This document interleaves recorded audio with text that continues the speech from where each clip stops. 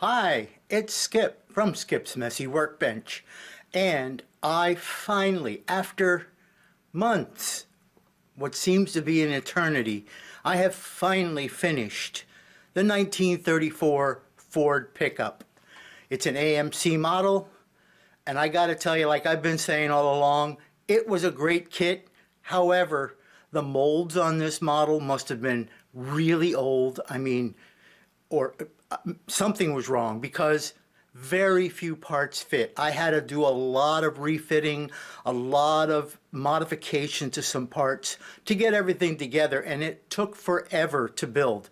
However, it was a great learning experience for somebody like me coming back into the hobby after 50 plus years. So it was a great learning experience. I learned so much by putting this model together, from painting with acrylics to dirtying to aging to doing some rust work and doing a little bit of modification on the bed and using balsa wood. And anyway, it was a great experience. So doesn't matter how bad the kit was. It's actually not as bad as I'm saying. I think it's because I'm new to it and I didn't expect it to be that, I don't want to use the word bad, that much work to put together a simple kit. But I think it came out great. So let's turn the camera over to the bench and let's take a look at what I did.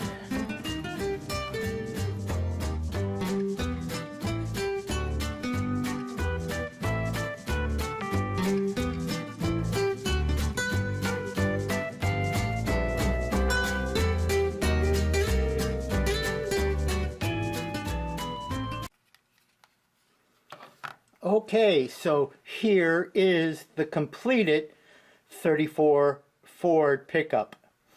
I had a blast. If you take a look at the front bumper I rusted up with using the salt technique, and first time I ever used the salt technique, and it came out, I think, really, really well. I did some of the rusting, and some of those, if you go to my website at skipsmessyworkbench, all one word, .com, you'll see my process of doing the rusting on the fenders and on the chassis. I also used the Tamiya. I always say Tamiya, to me it's tamale, and to do some of the dirtying. I'm really well pleased with how this worked out. I dirtied up the windshield using some washes, and I think I overdid it a little bit. However, this truck was initially used in a coal yard, so it was always dirty, and probably dirtier than what I'm showing it here. You can see I put rust on some of the areas. That Pennsylvania license plate, and I'll show a closer snapshot of that on it, but I had that hanging in my garage. My dad had got that at a flea market because it was a 1954 Pennsylvania license plate, and that's the year I was born. He happened to find plates from Pennsylvania for my birth year, 54, from his, 1927, from my mother, 1931. It was pretty neat. So I also learned how to take a photograph of it, and then I used GIMP, which is a free open source photo editor, very similar to Photoshop, to increase the number of pixels and reduce it down so that it printed very clear even at that size. And that size is scaled down to 1/25. I used some of the red transparent on the tail light, since this kit did not come with an actual red parts to it. As you come around, I used the black rubber, the Tamiya black rubber paint on the running boards, and boy, I like that stuff. It really makes everything look absolutely real. Let me go back a little bit also. I used my own method of bare metal foil on the mirror.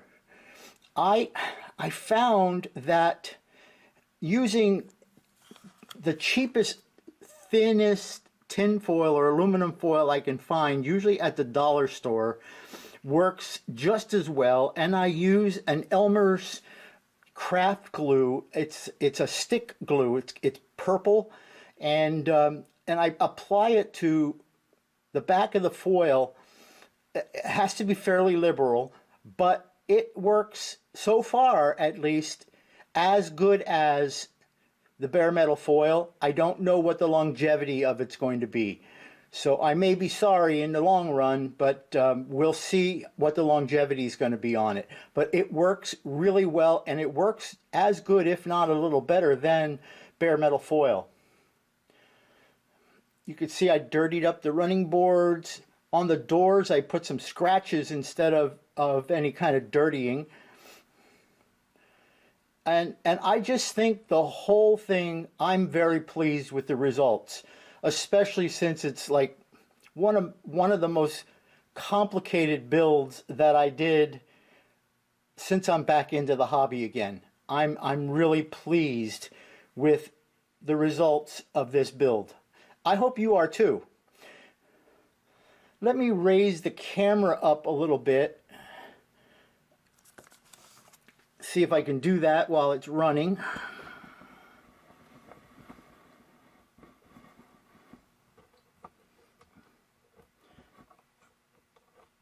Okay.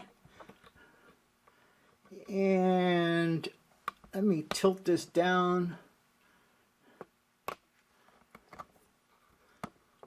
Just a little bit of a rotate. And let me zoom in a little bit on the inside.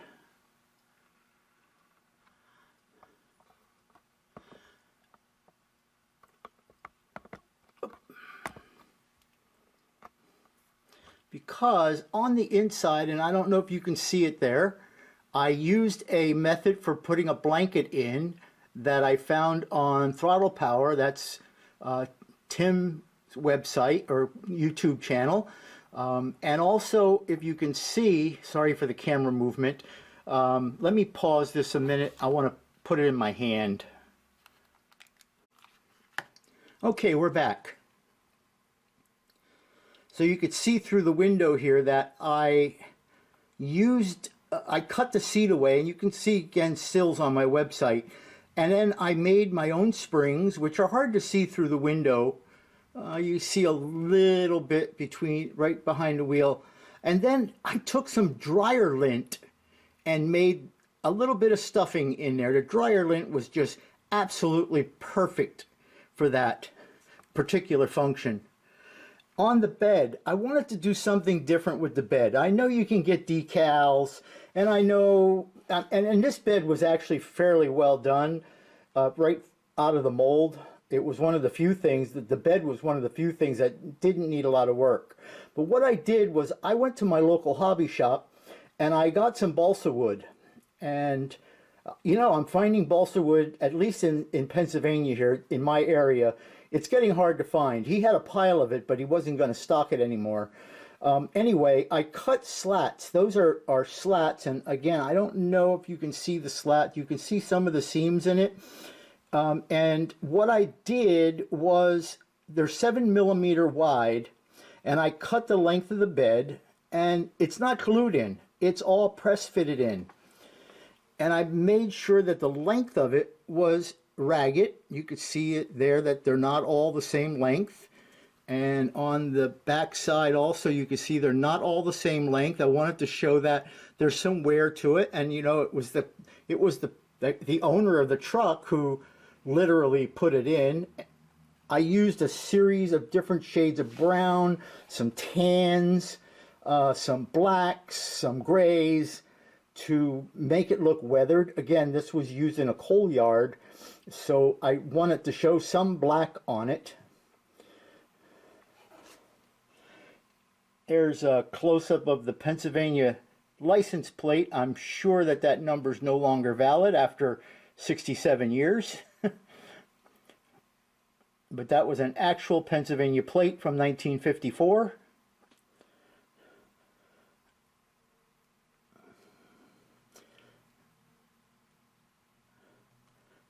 You could see the blanket. I just have it draped over the back of the seat because the rest of the seat is dirtied up. Like I said, I think I got a little bit too much dirt on the windshield, but the driver ran his wiper so he could see out.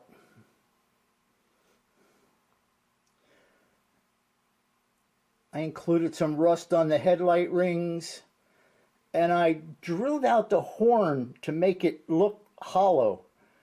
I had a little disaster there because I drilled a little bit with too big of a drill, and it did break it, but it glued together really well.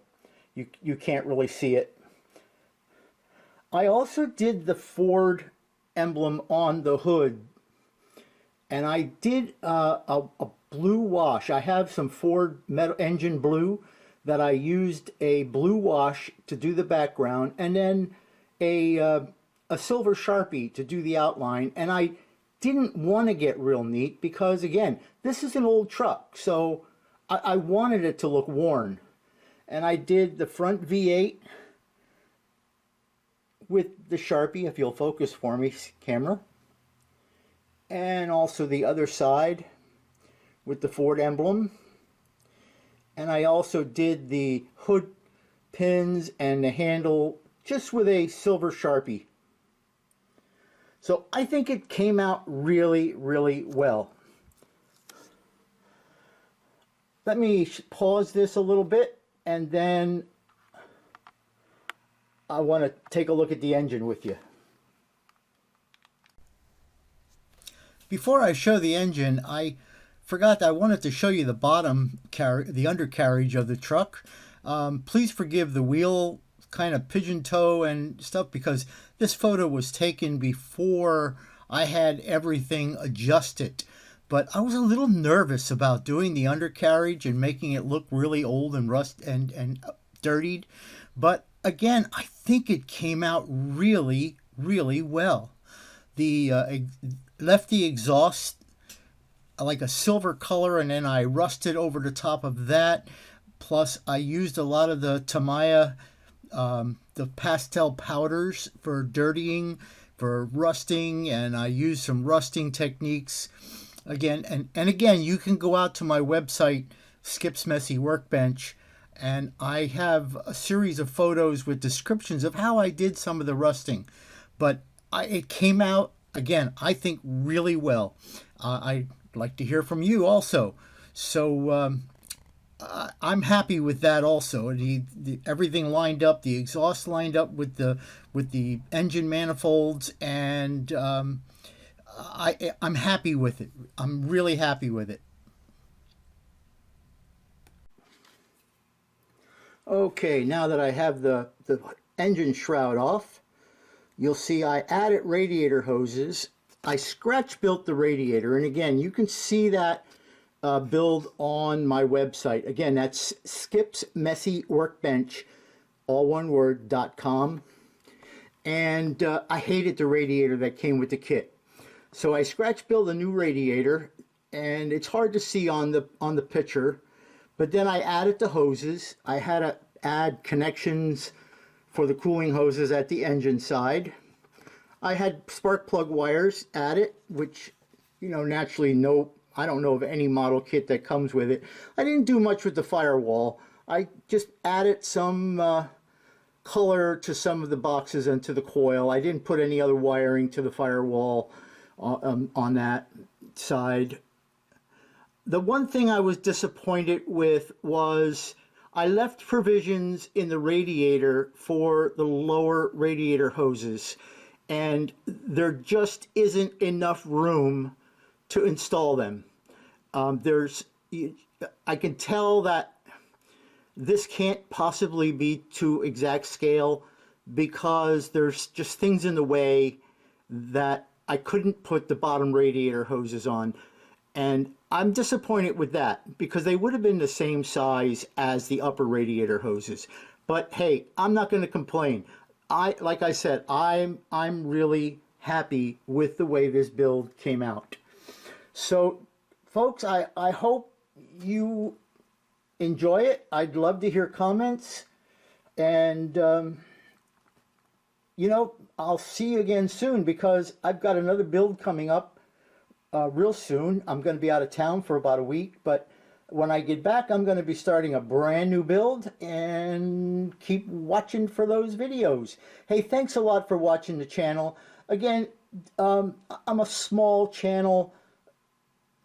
Don't forget to hit the subscribe button if you like what you see, and give it a like because it does help bring in more viewers. I appreciate it. You know, what can I say? It's a great community. I'm getting to at least know a few of the guys that are out there, not personally, but at least by what their work is. There's a lot of great modelers out there, and I'm learning a lot from them too. And I want to say thank you to all of them, because I couldn't have done a lot of what you see here without some of their videos that I was watching while I was doing this. So thank you guys. I really appreciate it. So again, I hope you like this. Let me know what you feel, and I'll see you in the next video. Until then, see you later.